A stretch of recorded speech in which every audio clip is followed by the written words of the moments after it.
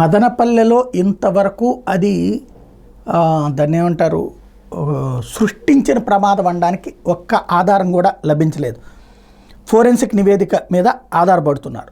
ఇది ఒక ట్విస్ట్. అయితే గౌతమ్ తేజ్ అనే ఎంప్లాయ్ ఈ వ్యవహారాలన్నీ చేశాడని మొన్నటిదాకా పత్రికలో రాసుకొచ్చినాయి. తర్వాత ఇప్పుడు విషయం ఏంటంటే గౌతమ్ తేజ్ని అసలు పిలిచింది ఆర్డీఓ అన్నటువంటి విషయం బయటకు వచ్చింది. ఇప్పుడు తాజాగా ఈ నెల 20న మదనపల్లి ఆర్డీఓ హరిప్రసాద్ స్థానంలో ఐఏఎస్ అధికారి మేఘస్వరూప్ని ప్రభుత్వం అపాయింట్ చేసింది. దీంతో సబ్ కలెక్టర్గా సోమవారం నాడు ఆయన బాధ్యతలు స్వీకరిస్తాడన్నటువంటి సమాచారంతో పలమనేరులో ఉన్నటువంటి గౌతమ్ని ఆర్డీఓ హడావిడిగా మదనపల్లికి పిలిపించారు. ఇందులో కొందరితో చేసుకున్న ఒప్పందం మేరకు అందులో ఉన్నటువంటి కొన్ని డాక్యుమెంట్స్ని మాయం చేయడం కోసం ప్రయత్నించారు. ఇది తాజాగా బయటపడ్డటువంటి అంశం. గౌతమ్ని పోలీసులు ప్రశ్నిస్తే ఆర్డీఓ గారు పిలిస్తే నేను వచ్చాను, పనులు చేసిన తర్వాత వెళ్ళిపోయానని చెప్పారు. ఇప్పుడు ఏంటవి పనులు అన్నటువంటిది తేలుస్తున్నారు.